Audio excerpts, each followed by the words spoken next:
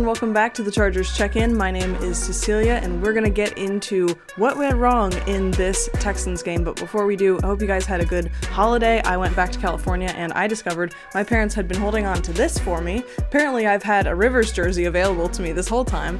I know I got it in middle school. I just can't believe it still fits. So that was an exciting find. Let me know if any of you guys got good Chargers gear for Christmas. Less exciting is what happened in the matchup with the Texans. We knew that would be a heart attack game, right? We knew it wasn't going to be fun.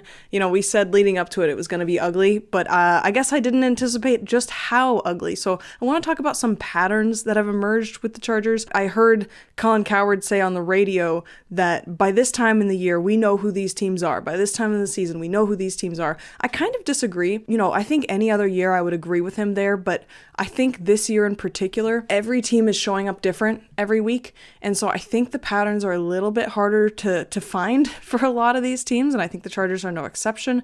But there are some that have emerged that can allow us to look at the big picture and get a sense of who and where this Chargers team is at this point. I also wanted to ask you to like and subscribe if you haven't already. I really appreciate those who do. Apparently a little football shows up if you like the video. I don't know. One time I did that and a soccer ball showed up. So I don't know. It's not consistent. Let me know. I also wanted to let you know that if you click join, you can become a member, and members will be getting an extra video today. That's something I'm going to be trying to do more often. Normally members just get early access to videos and input into what I'm doing. So let's get into some patterns that we're seeing with the Chargers that really emerged in this Texans game. So first of all, I wanted to talk about them having a slow start. Now, in previous weeks, they had a slow start against the Giants, and they had a slow start against these East Coast teams, right? Where you kind of expect it. It's not a Chargers thing. It's kind of a West Coast thing. It's a West Coast time zone thing.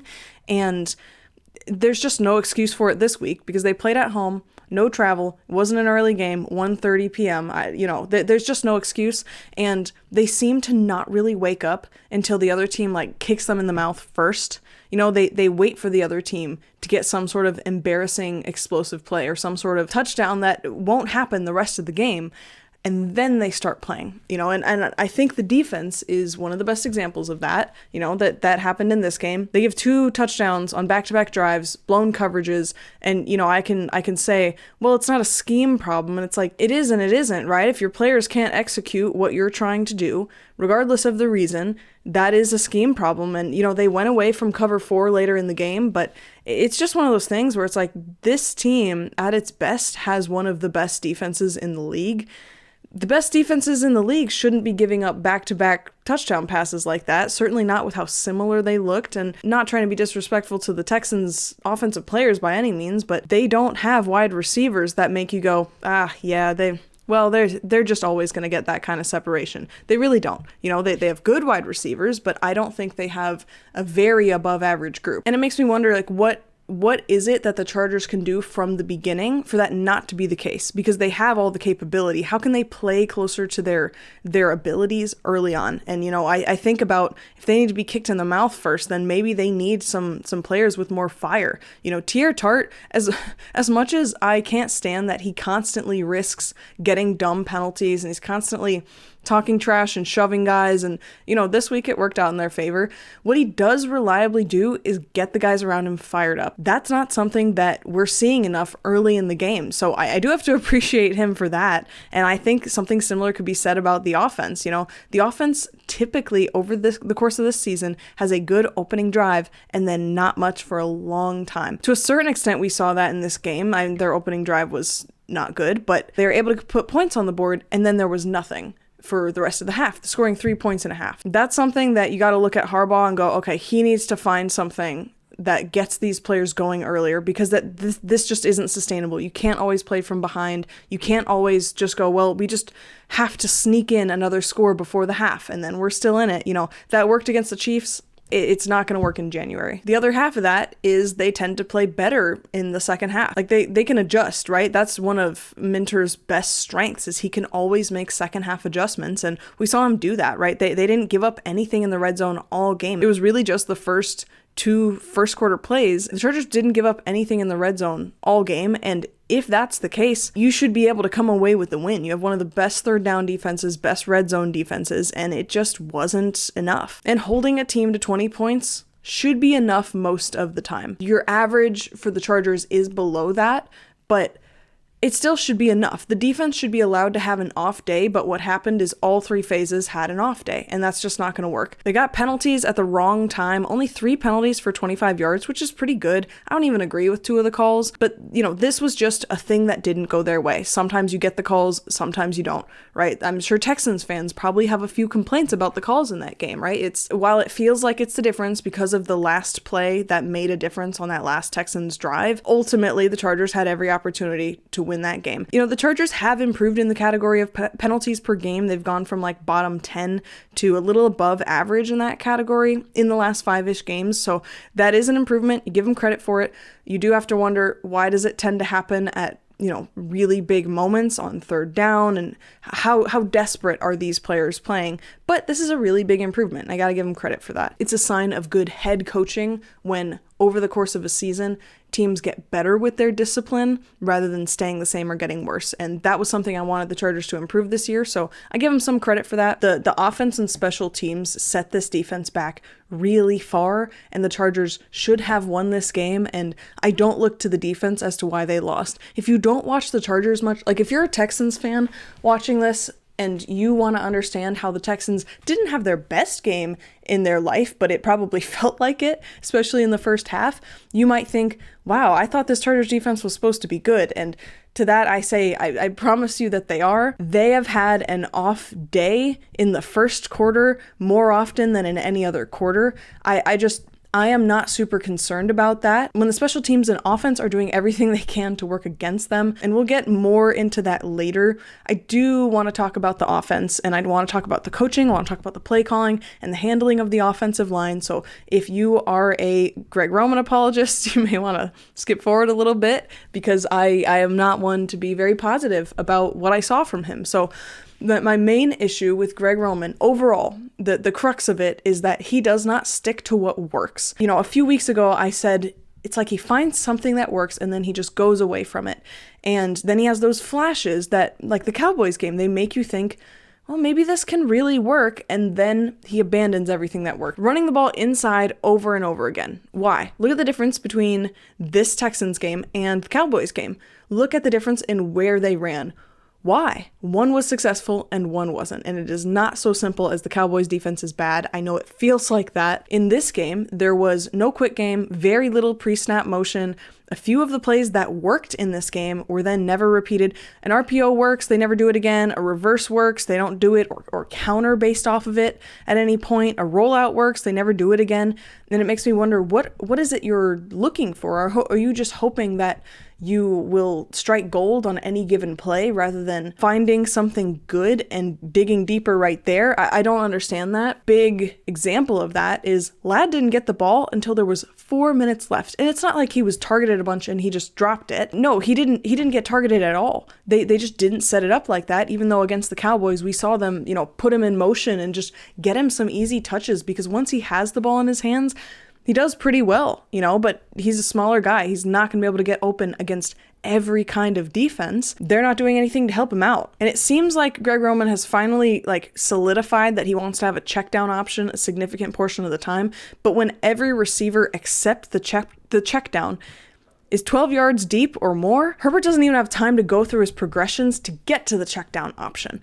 If his progressions start on the left and the check down is heading toward the flat on the right, and he can't be protected for 3 seconds while he waits for his first reads to get 10 yards down the field and then make their move, yeah, he's never going to get to the check down. It's not just a matter of, is there a check down, but it's a matter of, what is Herbert supposed to do? What's his first read supposed to look like? Oh, he's supposed to stand there for 3 seconds while he waits for someone to run a route. That's not going to work. That's not good enough. It doesn't give him any opportunity. And when you don't have anyone in motion, Herbert doesn't know what he's looking at, because he can't. Herbert shouldn't be up there improvising the offense. That's not what we're looking for from Herbert. I know it's inspiring watching Rivers go up there and command stuff, and I would love to see Herbert move in that direction.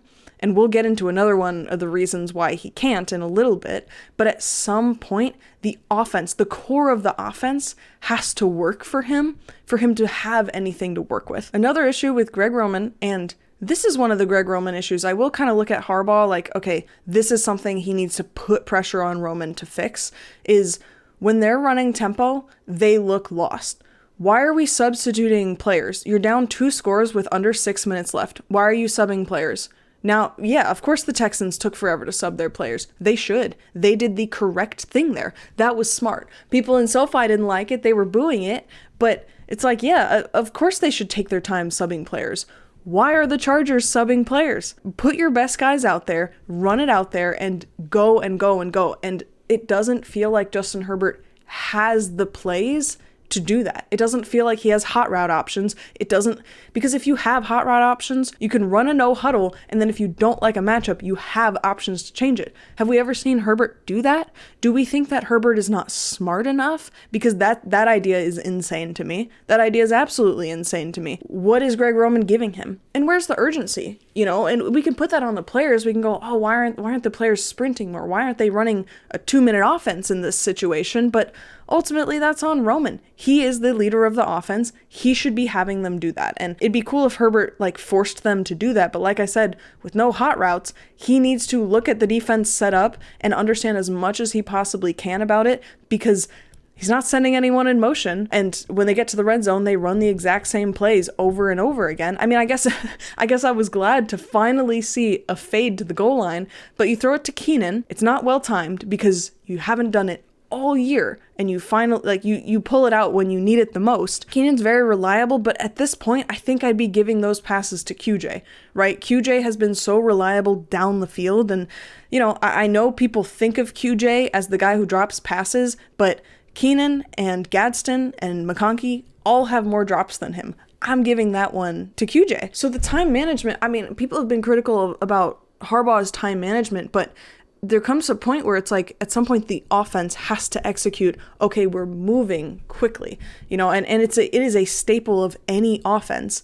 What is your 2-minute drill? Because if you look at the Chargers' successful 2-minute drills, all it is Herbert runs for 30 yards. Herbert throws for 30 yards. Like they don't move fast enough to have any shorter options than that. And so if Herbert can't pull off a 30-yard pass that everyone knows is coming, that's it. Greg Roman's offensive game plan, when things get tough and the pressure is on and there's 2 minutes left in the half or a few minutes left in the fourth quarter, is, well, I think Justin Herbert will figure it out. And that's not good enough. And the way Greg Roman managed the offensive line was insane. We got to talk about this. They got to 24 different offensive line combinations in 16 games, according to Daniel Popper. And not all of that is because of injuries.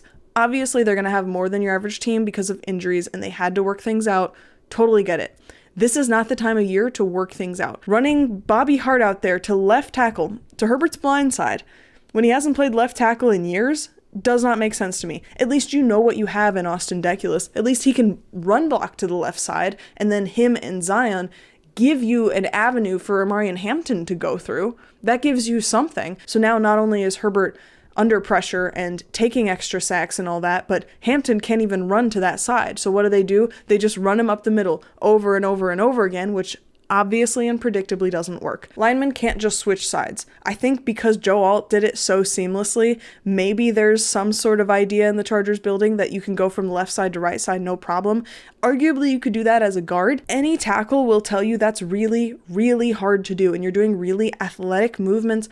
Bobby Hart, I believe it was the first sack, he wasn't even touched. He was not even touched by a Texans player before a player had tackled Justin Herbert.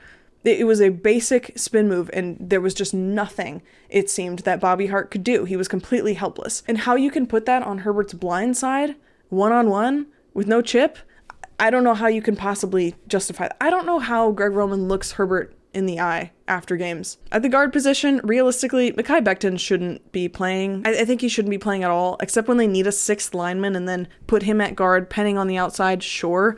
But I don't think he should be in the game unless they absolutely need him to be. And I just don't understand, other than, well, we're paying him this money. And it's like, okay, you have to pay him the money anyway. You know, that's never an excuse to not have your best guys out there. And I know they know him better, but Penning has been better as a guard. And I think they need to accept that and use Mekhi Becton as that 6th option rather than the every down guard. And it seems like one or two drives every game, they kind of believe that, and they will take out Becton and they'll put in Penning at the guard spot, not for a 6 lineman package, but just because they want him there, and then they go right back to it. I don't understand that, and I think that's mismanagement. And not only is it mismanagement, but it's one of those things where it's like, how are you supposed to get any consistency if you just keep changing it? If you have 2 equal options, just pick one and go for it. It's not even about who's better at a certain point. It's like, can these guys just get used to playing next to each other and try to operate? You know, that's the other issue with putting Bobby Hart out there at left tackle is like, well, at least Zion has played next to Austin Deculus before. You know, that's something. My last point with the offensive line, why are we still doing a silent snap count?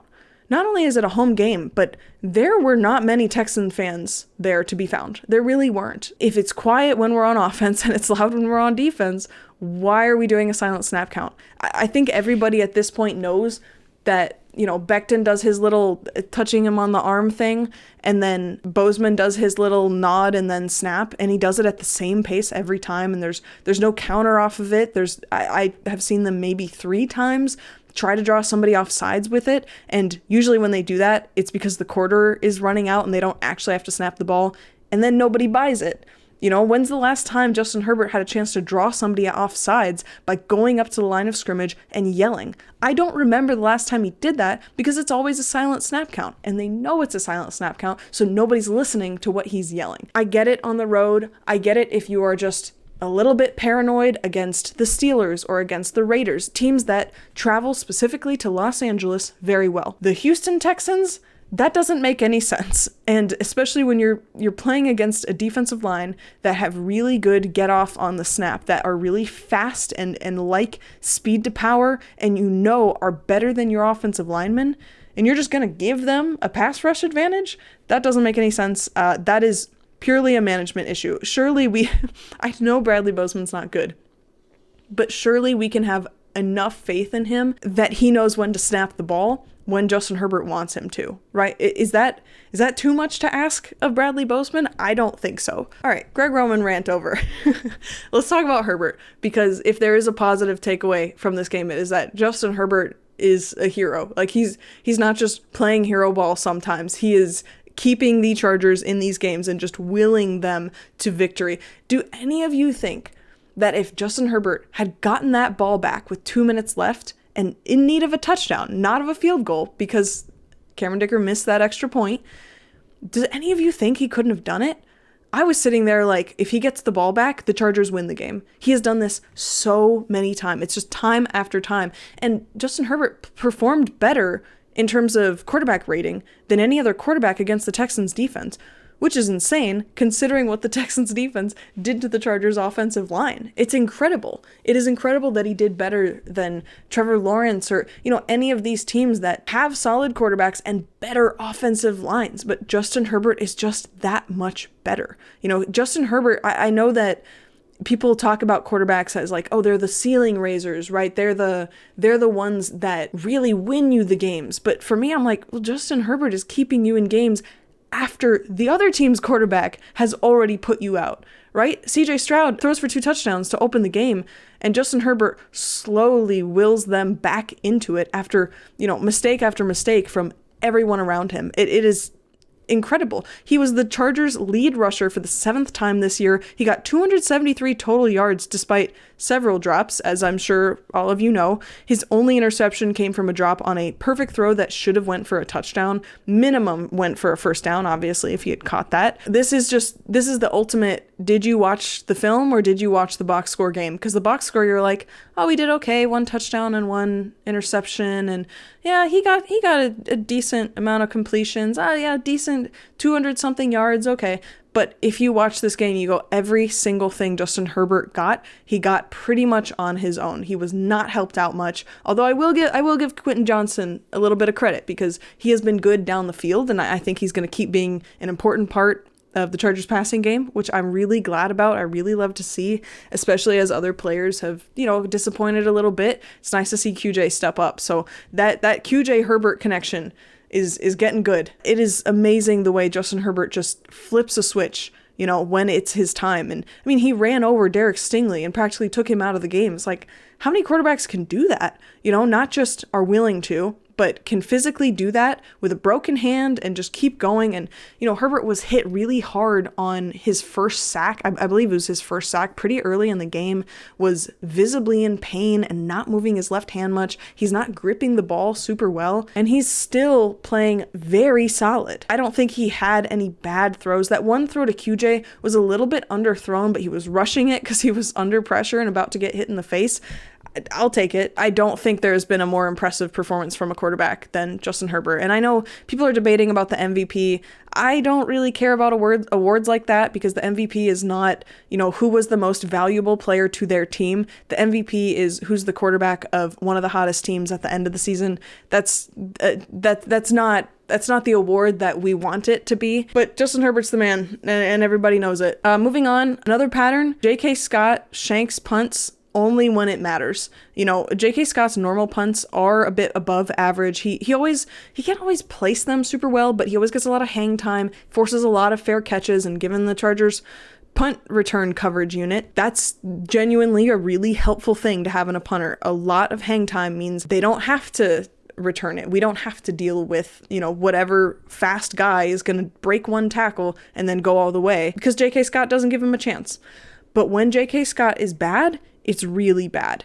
He gave the Texans a free field goal by setting up the defense to fail. It often happens later in the game when it's most important. Whatever the opposite of competitive greatness is, I would say that that's what J.K. Scott has. The being at your best when your best is needed kind of thing. Yeah, he's got the opposite of that. And so he's very good most of the time. And then when you need him to just be like a little bit below average, that would be good enough. Off the side of his foot, out of bounds. Multiple times in this game. And I don't know what it is. I don't know if it's a dealing with pressure thing. The thing about punts is you only see between 3 and 10 in a game. I think there were 7 in this game, and we don't know. We don't know what goes into that. But the Chargers can't afford for him to make those mistakes in the future. If he had even an average punt, and I don't even mean an average one of his punts, I mean just a league average punt, I think the Chargers are able to take those 3 points off the board. That's just the reality. Is this defense is often dealing with bad field position, and it's not like our offense is dealing with good field position. The special teams has been a real weakness on this team. The next pattern I want to talk about is this team consistently is a highest ceiling in the AFC team and lowest floor in the AFC team. And that's not a winning formula. It is a formula where it is possible for you to win. So you have Justin Herbert, and sometimes he can pull it off, and that's great. But overall, they need more complementary football where, you need to be a top 10 offense and a top 10 defense. It's great if your defense is number 1 overall, but the farther down your offense goes in that list, the less and less of an advantage that is, because your defense has to be out there all the time. Your defense is tired. Your defense just got an interception, and it's a little disappointing, a little discouraging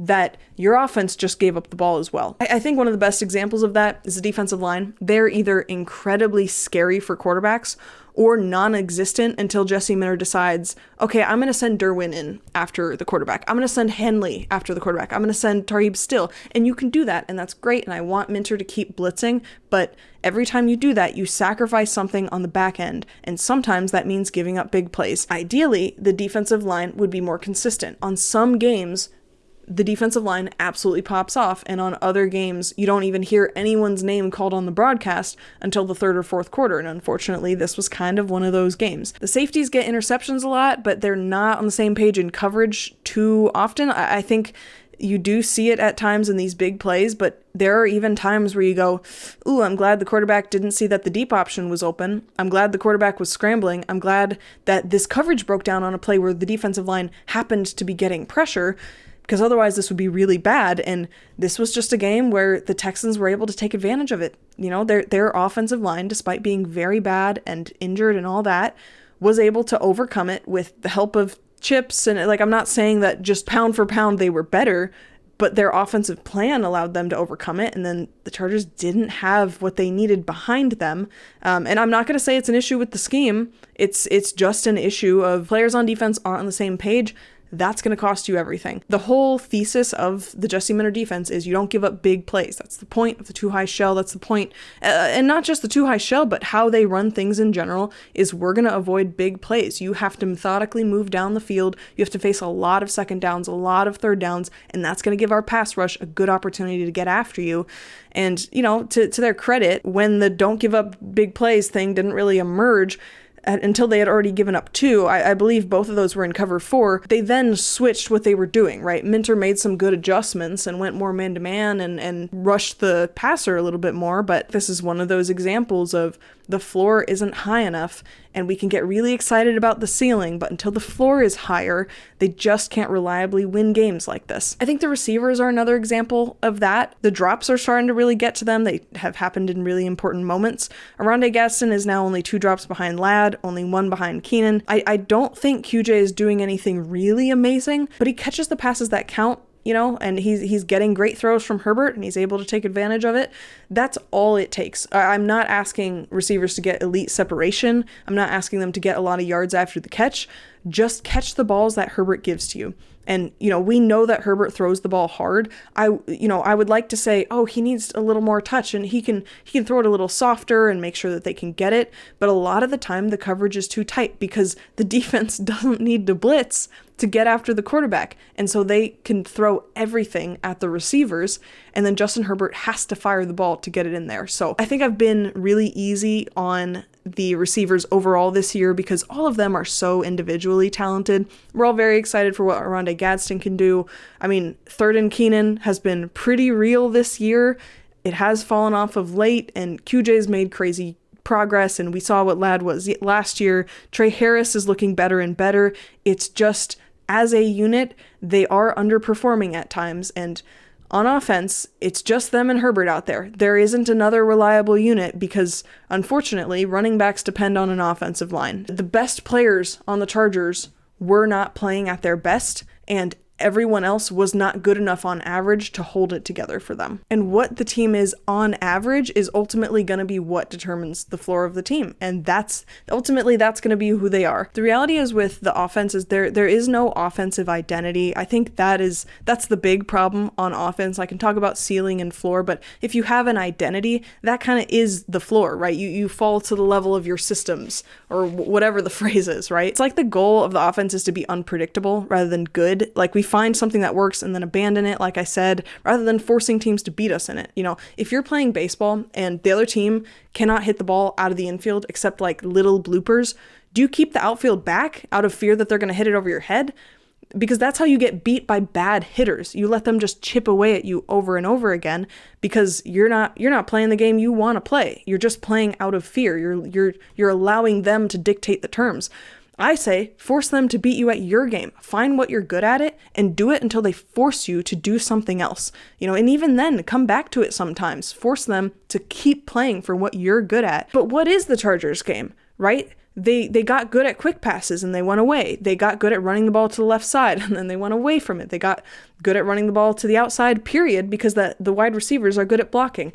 We didn't really see many opportunities for that. Is there any stretch of 5 games in this season where the offensive game plan is clear, where if you were talking from the other team's perspective, you'd go, wow, we really have to worry about this one thing because they've been doing it and it's been working, so we have to plan against it? Or would you just go, I don't know, just send a bunch of guys at Herbert? Because that's what I would do. I would say send a bunch of guys at Herbert. That's good enough because the receivers won't be open until they're 15 yards down the field anyways. It doesn't matter. So those are broadly my thoughts on the game. I would like to be more positive, but the main positive is Justin Herbert is that guy. And, you know, that is exciting enough to sustain me. I don't know about you guys, but it is. You know, the Chargers are no longer contending for the division. They are contending for seeding. So we will see how that plays out.